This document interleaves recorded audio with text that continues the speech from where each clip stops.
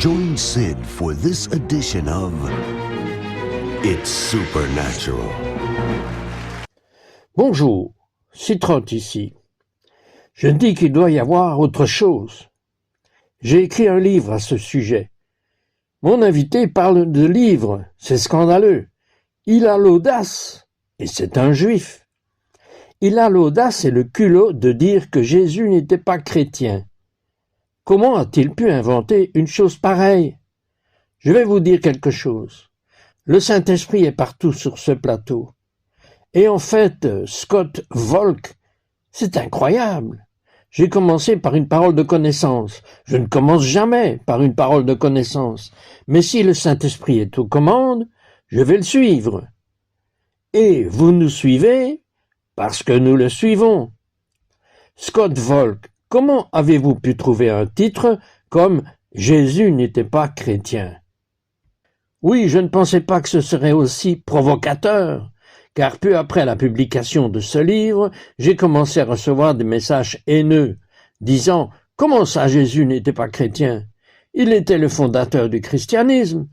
Tous ses disciples sont chrétiens. » Et je pense, que l'une des plus grandes erreurs de l'Église, aujourd'hui, est que nous avons déjudaïsé Jésus et déshébreucisé notre foi, à tel point qu'aujourd'hui, on peut rejeter totalement Israël sans se rendre compte que Jésus lui-même est venu pour les brebis perdues de la maison d'Israël. Ainsi, dans notre culture du XXIe siècle, tout est christianisé. Mais quand on revient au fondement profond de la foi, Matthieu 1, verset 1, « Voici la généalogie de Yeshua, fils de David, fils d'Abraham. » Jésus est venu uniquement pour les brebis perdues de la maison d'Israël. Il est né juif, il a été élevé juif, il est mort roi des Juifs, et il reviendra comme le lion de la tribu de Juda. Parfois je me dis, juif évidemment, Jésus est juif de bout en bout. Au fait, revenons en arrière. Votre mère est juive, votre père est juif. Tous deux sont juifs. Vous avez été élevé dans la religion juive, mais votre mère était conservatrice, et votre père était orthodoxe. Comment ont-ils conclu cela? Eh bien, c'est assez étonnant. Le frère cadet de mon père, étudiant en philosophie à l'université Rutgers, part pour Berkeley, en Californie. Ça suffirait. Oui, ça suffirait. Un hippie juif fumeur de joint avec 5 autres juifs part en Californie et, en tant que chauffeur de taxi, il entend un homme du nom de Holly Hubbard, qui n'était pas juif, debout au coin de la rue, dire que Jésus était le Messie pour le peuple juif. Et il devait se passer quelque chose au début des années 1970, cite, parce que mon oncle Paul a trouvé Yeshua, Jésus, comme le Messie promis aux Juifs. Et moi aussi, et donc au début des années 70. C'est incroyable, il se passait quelque chose. Alors mon oncle Paul, maintenant sauvé, retourne chez mes grands-parents juifs orthodoxes non sauvés pour annoncer à toute la famille que Jésus est le Messie juif. Et je vous jure, ça n'a pas été bien reçu. Et comment cela a-t-il été reçu par vos parents? Vos parents étaient-ils mariés à l'époque? Oui, mes parents étaient mariés. Et alors, comment ça a été reçu par vos parents? Eh bien, nous étions tous chez mes grands-parents ce soir-là, et je ne l'oublierai jamais, parce que quand mon oncle Paul a dit cela, j'avais environ 7 ou 8 ans, et tout le monde s'est levé de table. Mon grand-père a regardé son fils et a dit « Si tu ne te rétractes pas, tu n'es plus mon fils !» Mon père, quand il raconte l'histoire, s'est levé, a craché par terre et est sorti en soufflant. Du coup, la seule personne restée à table avec mon oncle Paul était ma mère. Et ma mère a regardé son beau-frère. C'était ce qu'on appelait un coup du destin. Ma mère a regardé son beau-frère et a dit « Paul, écoute, tu peux croire ce que tu veux, mais ne me dis pas ce que je dois croire. » Et puis mon oncle Paul a regardé ma mère et a dit « Tu n'es pas obligé de me croire. Tu peux demander à Dieu lui-même, car les Écritures juives disent que quiconque invoque le nom du Seigneur sera sauvé. » Et ce soir-là, incroyablement, il n'y avait personne. Vous savez, il a fallu un miracle pour que votre mère, de par ses origines juives, accepte le défi. On pourrait penser qu'elle serait partie en claquant la porte comme les autres. Voilà ce que je sais. Au milieu du train de vie très aisé de mes parents, il y avait un profond vide en eux. Un vide auquel la plupart des gens, s'ils sont honnêtes, s'identifieront probablement. Qu'ils essayent de le combler avec de l'argent, ou du sexe, ou de l'alcool. Il manque quelque chose. Et ma mère, bien que très aisée, elle s'est rendue compte qu'il lui manquait quelque chose. Alors cette nuit-là, au beau milieu de la nuit, elle s'est réveillée en sursaut, en proie à un cauchemar, et elle a décidé de prier. C'est le moment idéal, elle va prier. Alors elle a dit « Dieu !» et elle n'avait jamais mis les pieds dans une église. Il n'y avait pas de télévision chrétienne. Citroën n'était pas à la télé à l'époque. Oui, vous avez raison. À la radio. Vous y étiez probablement aussi. Elle s'est écriée, elle a dit « Dieu !» Une simple prière.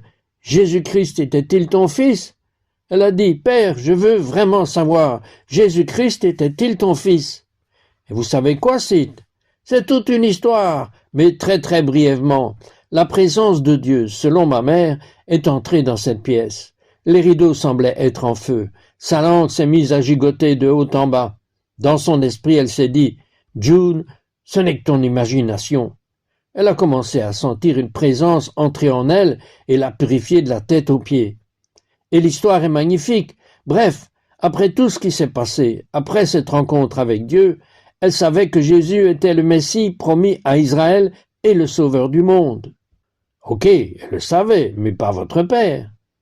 Non, mon père ne le savait pas. Vous non plus. Non, moi non plus. Alors, quel rapport entre ce qu'elle savait et ces deux personnes? Eh bien, mon père s'est réveillé le lendemain matin, et ma mère lui a dit « Tu sais, ce que Paul a dit hier soir est vrai.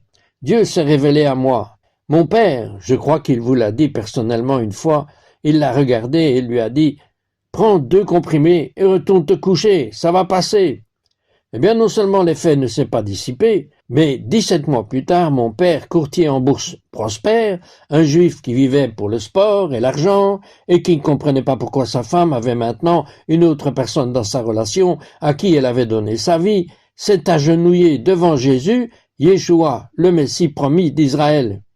Et cite, le destin de notre famille a été changé à jamais. Ok, mais qu'arrive-t-il au petit Scott? Quel âge aviez-vous? J'avais 9 ans, mes parents ont été baptisés par un homme du nom d'Art Katz, un juif messianique croyant, que je connaissais. Oui, que vous connaissiez. Il était encore plus anticonformiste que moi à l'époque. C'était un anticonformiste. Oui, ce qui est remarquable, c'est que je ne peux pas vous dire combien de fois ma mère a lu Ésaïe 53 à mon père, et ça lui est entré par une oreille et sorti par l'autre. Art Katz est venu nous rendre visite. Et il a regardé le père de ma mère, mon grand-père juif non-croyant, et il lui a lu Ésaïe 53. Et pendant qu'il a lu ces paroles à mon grand-père, mon père savait qu'il savait que Jésus est le Messie d'Israël. Il a dit à Art, écoute, je le sais maintenant, c'est en moi, je veux donner ma vie à Jésus.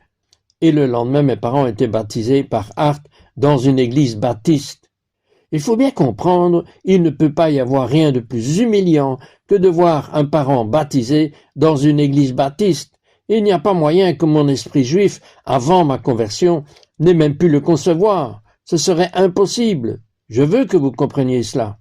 Oui, parce que nous pensons, ou du moins beaucoup pensent, que le baptême est une chose chrétienne. Difficile de faire plus juif qu'un mikva. Celui que Jean, qui n'était pas baptiste, entretenait dans le désert avec des juifs qui venaient se repentir. C'est remarquable. Alors cite l'été suivant, mes parents... Oui, vous savez, je dois vous dire, je suis allé en Israël et un ami possédait une propriété qui était le puits de Samuel, qui était caché là-dedans, et il y avait un ruisseau. Et les juifs orthodoxes allaient matin, midi et soir pour se faire baptiser. Incroyable! Les juifs les plus religieux d'Israël allaient matin, midi et soir pour être totalement immergés dans cette eau. Alors ne me dites pas que le baptême n'est pas juif. Exactement. Jésus n'est pas chrétien non plus. C'est juste que nous avons changé notre façon de penser. Malheureusement, au sein de l'Église, à 10 ans, mes parents sont allés rendre visite à Art Katz, qui vivait dans le Minnesota.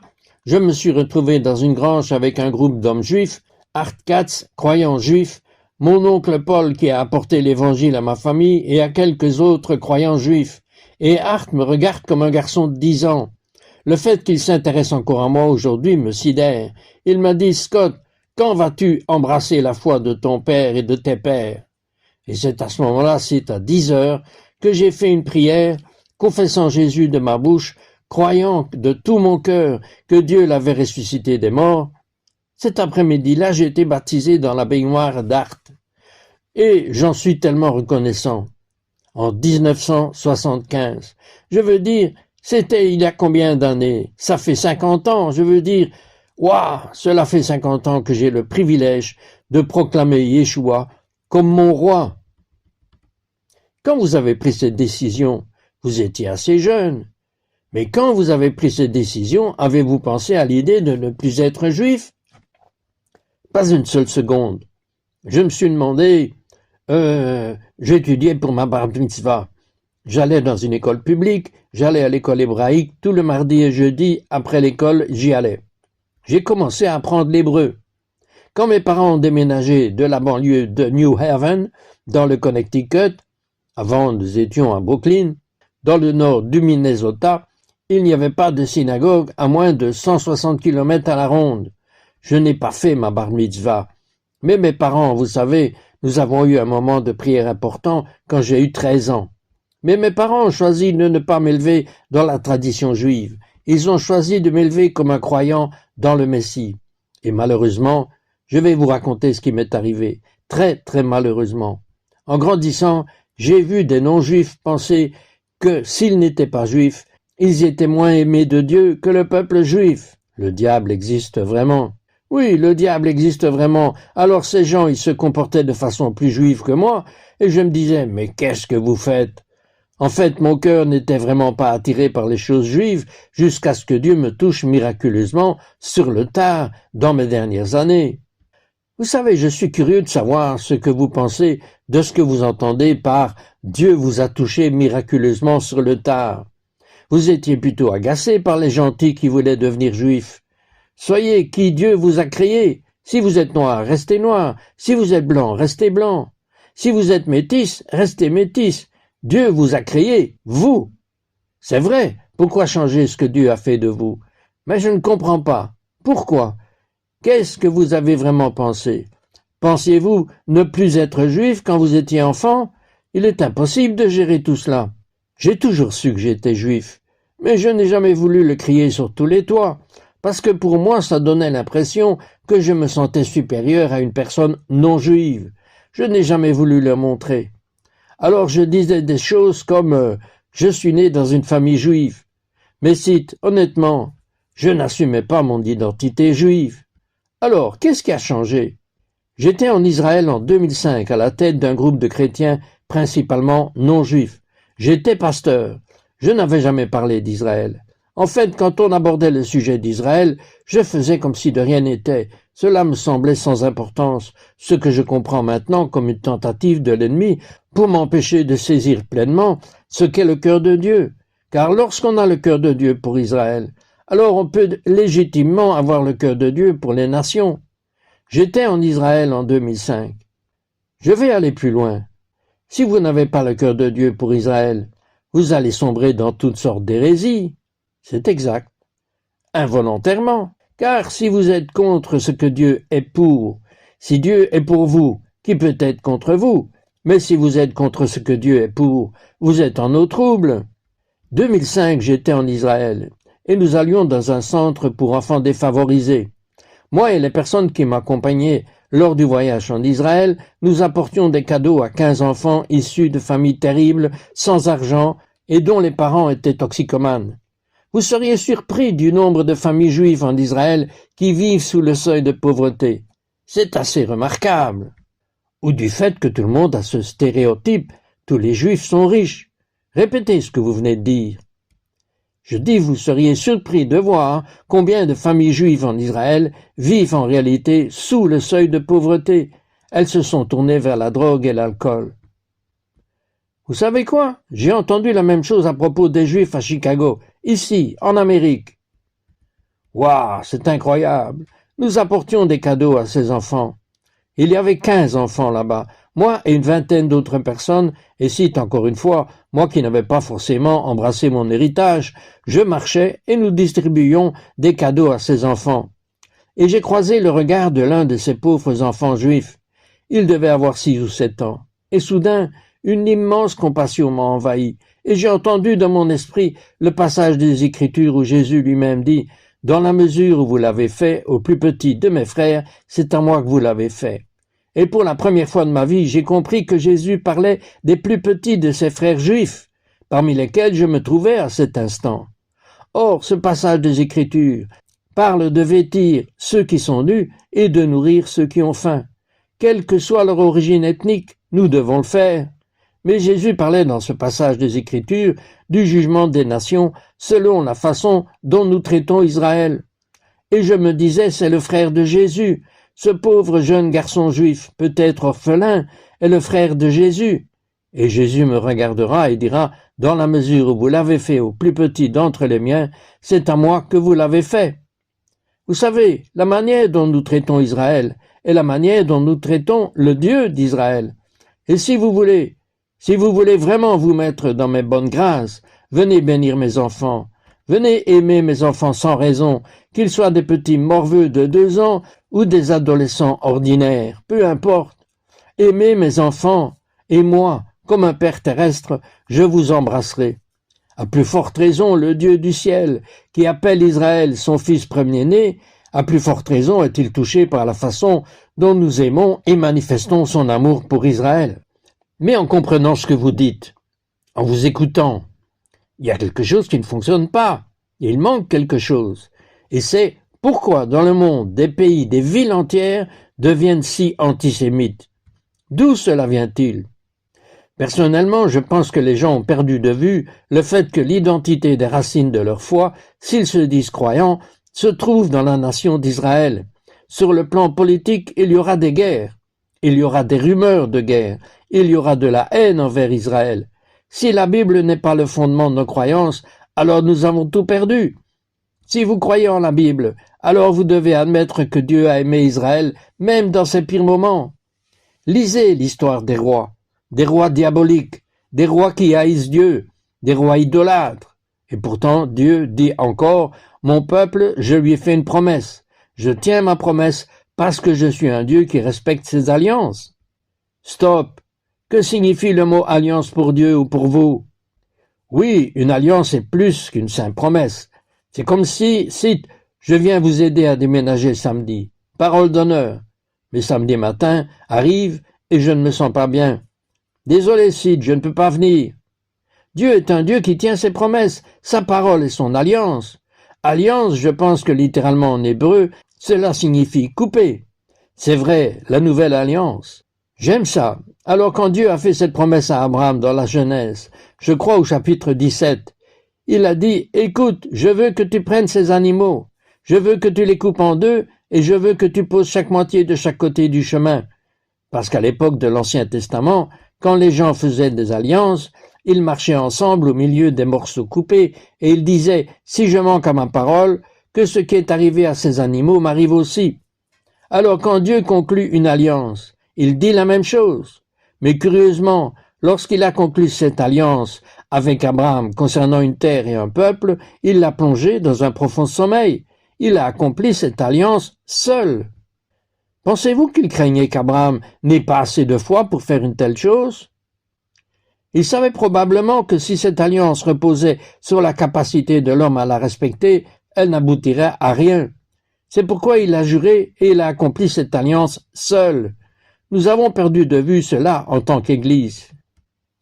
Quelqu'un qui n'a aucun intérêt pour le juif, mais aime Jésus, ou quelqu'un qui écoute ce groupe antisémite issu de certaines personnes dont on entend parler tous les jours, pourriez-vous regarder la caméra et parler à cette personne? Bien sûr, je voudrais vous encourager avec quelque chose. Si vous vous dites croyant au Messie, vous devez saisir la vérité qui se trouve dans sa parole. Si vous aimez ce que Dieu aime, vous serez en paix. Si vous détestez ce que Dieu déteste, vous serez en paix. Et je veux simplement vous encourager. Lisez la Bible. Et je vous mets au défi. Montrez-moi un seul passage dans la Bible où Dieu abandonne Israël. En fait, Paul, dans les chapitres 9, 10 et 11 de l'Épître aux Romains, a posé cette question à une église de Rome qui a oublié ses racines juives. Et il a demandé, Dieu a-t-il abandonné Israël? Et vous savez quelle est la réponse? Absolument pas. Si Dieu n'a pas abandonné Israël il y a 2000 ans, il ne les a pas abandonnés aujourd'hui. Et je veux vous encourager, si vous ressentez la moindre racine de haine, ou si vous n'aimez pas ces gens, je veux vous encourager. Demandez à Dieu de vous donner son amour pour son peuple. Car en fin de compte, cite, « Je crois que Jésus ne peut pas revenir tant qu'Israël ne l'aura pas accueilli à nouveau. » De la même manière dont David, le roi David, dans nos Écritures, n'a pu retourner à Jérusalem que lorsque son frère lui a dit « Reviens ». Et tout cela dépend des croyants, juifs et non-juifs, de ces hommes nouveaux présents dans le monde entier qui font réellement ce qu'ils sont censés faire pour Israël, comme le dit l'Épître aux Romains, chapitre 11. Le salut est venu aux nations pour provoquer la jalousie d'Israël. Ça doit être notre priorité. Il y a un mot hébreu, teshuva, repentez-vous. C'est là que tout commence, en marchant avec Dieu. Et je pense que ce n'est que le début. Nous sommes humains, et nous avons cette tendance humaine, avec cette enveloppe terrestre qui est la nôtre. Mais Dieu veut que vous viviez pleinement, je crois, et les Écritures le confirment, par une repentance immédiate. Immédiate? Pourquoi immédiate? Plus vous devenez ami avec l'ennemi de Dieu, plus il est difficile de s'en libérer. Dieu dit dans Genèse 12, verset 3, « Moi, Dieu, je bénirai ceux qui bénissent le peuple juif. Moi, Dieu, que ceux qui maudissent le peuple juif en soient attristés, que vous receviez la bénédiction ou la malédiction dans cette vie, ou lorsque vous quitterez ce monde, c'est entre Dieu et vous. Mais la vérité est que tout homme est un menteur. Mais la parole de Dieu est vérité. Pourquoi pensez-vous qu'il a choisi un peuple aussi désobéissant que les Juifs? Pourquoi a-t-il choisi nos ancêtres? Oui, je pense à certains de nos proches. Et il avait plus de foi que moi. Il avait plus de foi. Et il ne nous a pas choisis parce que la Bible dit qu'il ne nous a pas choisis parce que nous étions les plus grands. Nous étions les plus petits. Dieu, la façon dont Dieu choisit, est destinée à offenser la façon dont l'homme choisit. Et je pense vraiment que Dieu savait que le peuple juif allait être une offense pour les nations. Et pensez à certains d'entre eux. J'espère que vous ne m'en voudrez pas de dire cela. Dieu a choisi le mont Sion. C'est vivant, c'est trop tard. Oui, c'est vivant, je l'ai dit. Je l'ai dit. Le mont Horeb est appelé la montagne de Dieu dans le livre de l'Exode. Mais savez-vous ce que signifie Horeb dans la langue originale? Non. Désolé. Aride, stérile. Dieu choisira des choses stériles, car si elles prennent vie, c'est lui qui en reçoit la gloire, et non l'homme. Dieu a choisi Abraham et Sarah. Sarah était trop âgée. Abraham était trop âgé pour avoir des enfants, et son ventre était stérile. Il les a choisis pour être les ancêtres de Jésus lui-même. 2 personnes décédées, en somme, un vieil homme et une vieille femme. Et il dit que l'année prochaine, à la même époque, il choisit Israël parce que l'homme ne peut jamais et ne sera jamais capable de se glorifier de ce que Dieu fait avec la nation d'Israël. Il ne les a pas choisis parce qu'ils étaient les meilleurs, il les a choisis parce qu'ils étaient les plus faibles. Et en cela, la sagesse de Dieu est folie pour l'homme. Je ne comprends pas. Si je devais choisir une montagne, je ne choisirais pas l'Horeb, je choisirais l'Everest, c'est vrai. Si je devais choisir le pays où je vivrais, je ne choisirais pas Israël, je choisirais San Diego, Israël, un désert aride. Mais c'est là où Dieu demeure. Oui, vous savez quoi? Ça illustre vraiment ce qu'il dit, parce que si Dieu pouvait me choisir et m'utiliser, et si Dieu pouvait vous choisir et vous utiliser, et devinez quoi? Oui, vous êtes choisis.